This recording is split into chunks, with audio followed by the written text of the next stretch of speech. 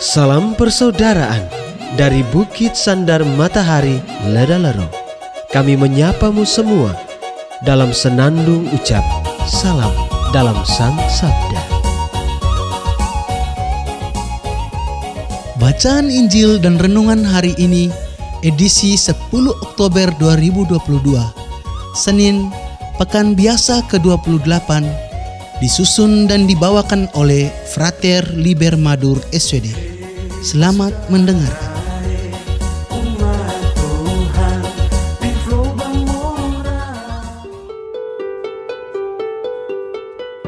Bacaan diambil dari Injil Lukas bab 11 ayat 29 sampai 32.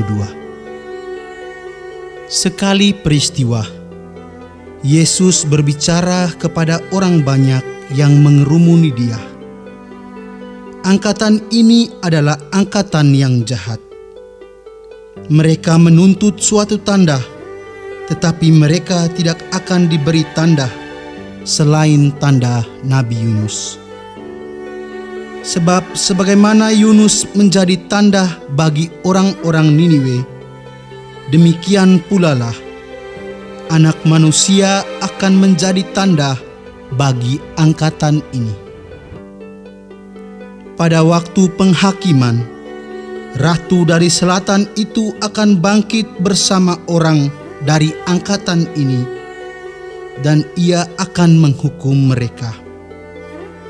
Sebab ratu ini datang dari ujung bumi untuk mendengarkan hikmat Salomo, dan sungguh yang ada di sini lebih daripada Salomo. Pada waktu penghakiman, orang-orang Niniwe akan bangkit bersama angkatan ini, dan mereka akan menghukumnya. Sebab orang-orang Niniwe itu bertobat waktu mereka mendengarkan pemberitaan Yunus, dan sungguh yang ada di sini lebih daripada Yunus. Demikianlah sabda Tuhan. Terpujilah Kristus.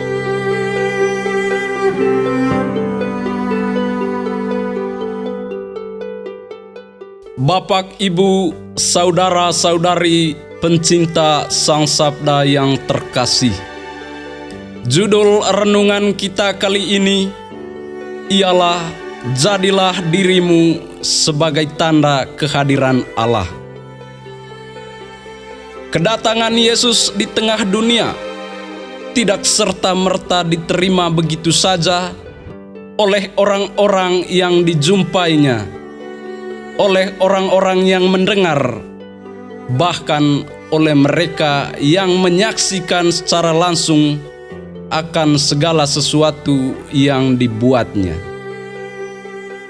Ada orang yang menyambutnya dengan baik penuh sukacita. Ada pula kelompok orang yang memberinya respon negatif. Hari ini, penginjil Lukas menuliskan suatu peristiwa ketika Yesus ditantang oleh sekelompok orang yang memintanya membuat tanda. Di dalam Injil tidak diceritakan secara lengkap tentang identitas kelompok orang tersebut. Namun yang pasti bahwa mereka itu golongan orang-orang yang tidak percaya kepada Kristus. Sekalipun Yesus telah membuat mujizat-mujizat besar, namun tetap saja mereka tidak percaya, dan karena itu mereka memintanya untuk membuat kejutan dan mujizat.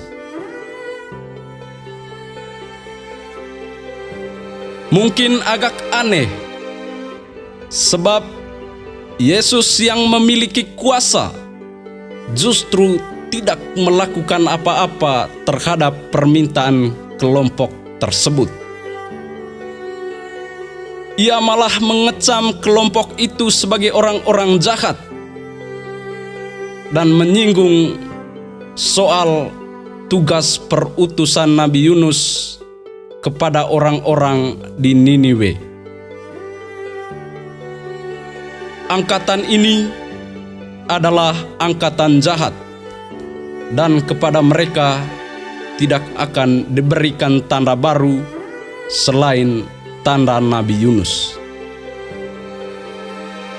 Bapak, Ibu, saudara-saudari pencinta Sang Sabda yang terkasih, Nabi Yunus adalah orang utusan Allah untuk membawa pertobatan kepada orang-orang di Niniwe.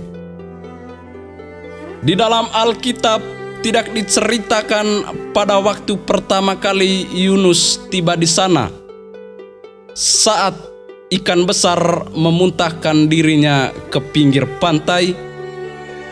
Namun disebutkan ada beberapa nelayan dari daerah itu yang memperhatikan hal tersebut, dan mereka menjadi takjub.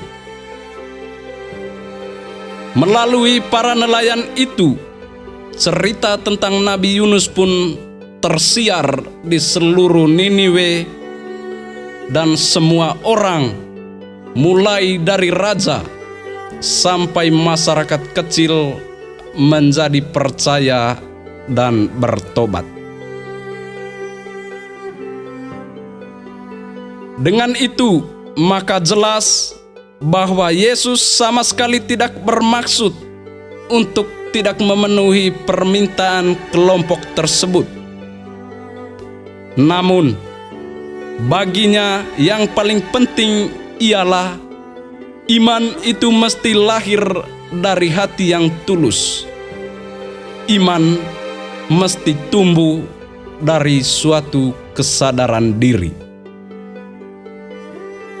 Bapak, Ibu, saudara-saudari pencinta Sang Sabda yang terkasih, sekelompok orang yang diceritakan dalam Injil tadi merupakan gambaran situasi kita saat ini. Kita kerap kali meragukan Tuhan, mempertanyakan keberadaannya, bahkan meragukan kuasa keilahiannya. Sikap skeptis kita itu kemudian berdampak pada tindakan nyata kita.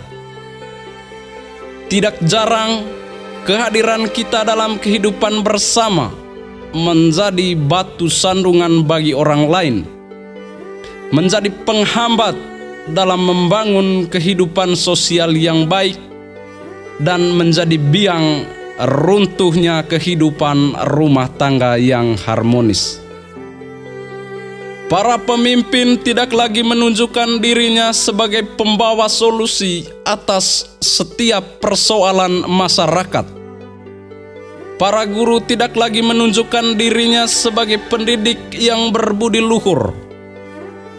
Kaum biarawan-biarawati dan para imam tidak lagi hidup sesuai dengan panggilannya sebagai kaum berjubah.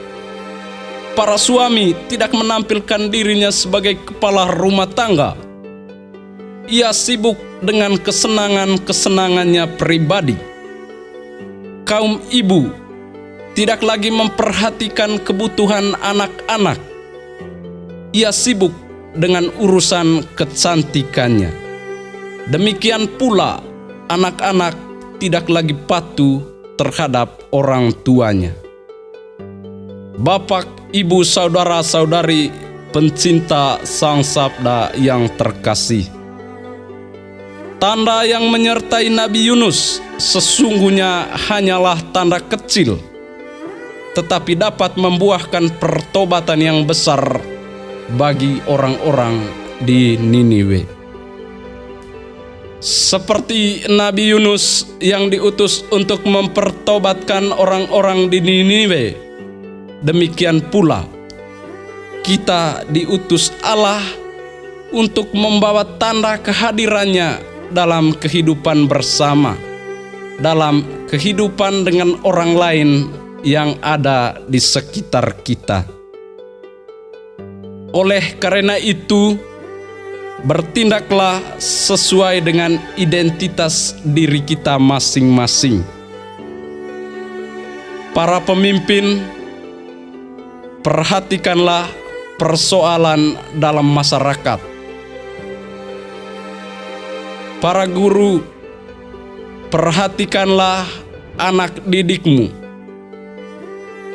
Kaum biarawan dan biarawati, hiduplah sesuai dengan kebutuhanmu saja.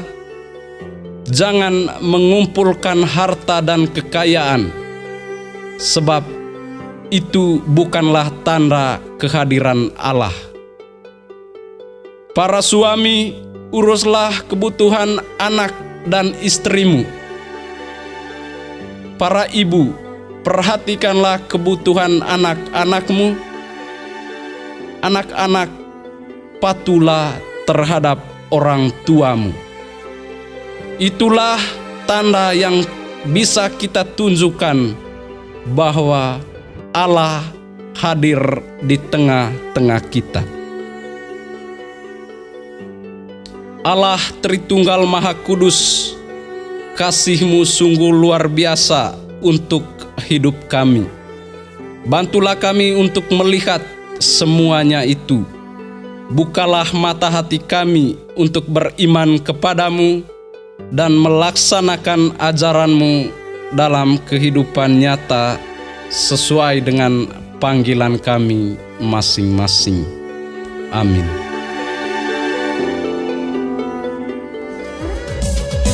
Hei bersaudara, umat Tuhan di Flobang Moras. Sahabat-sahabat pencinta Sang Sabda, kita baru saja mendengar bacaan Injil dan renungan edisi hari ini. Sampai jumpa kembali pada edisi berikut. Terima kasih kepada Divisi Kerohanian website Seminari Tinggi Santo Paulus Ledalerro.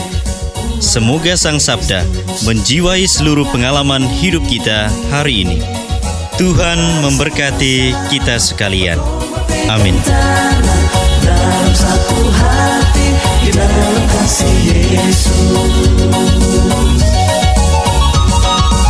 Mari dengarkan sapaan sabda dari komunitas Seminari Tinggi Santo Paulus Ledalerro setiap hari Senin sampai dengan Sabtu di www.seminariledalerro.org.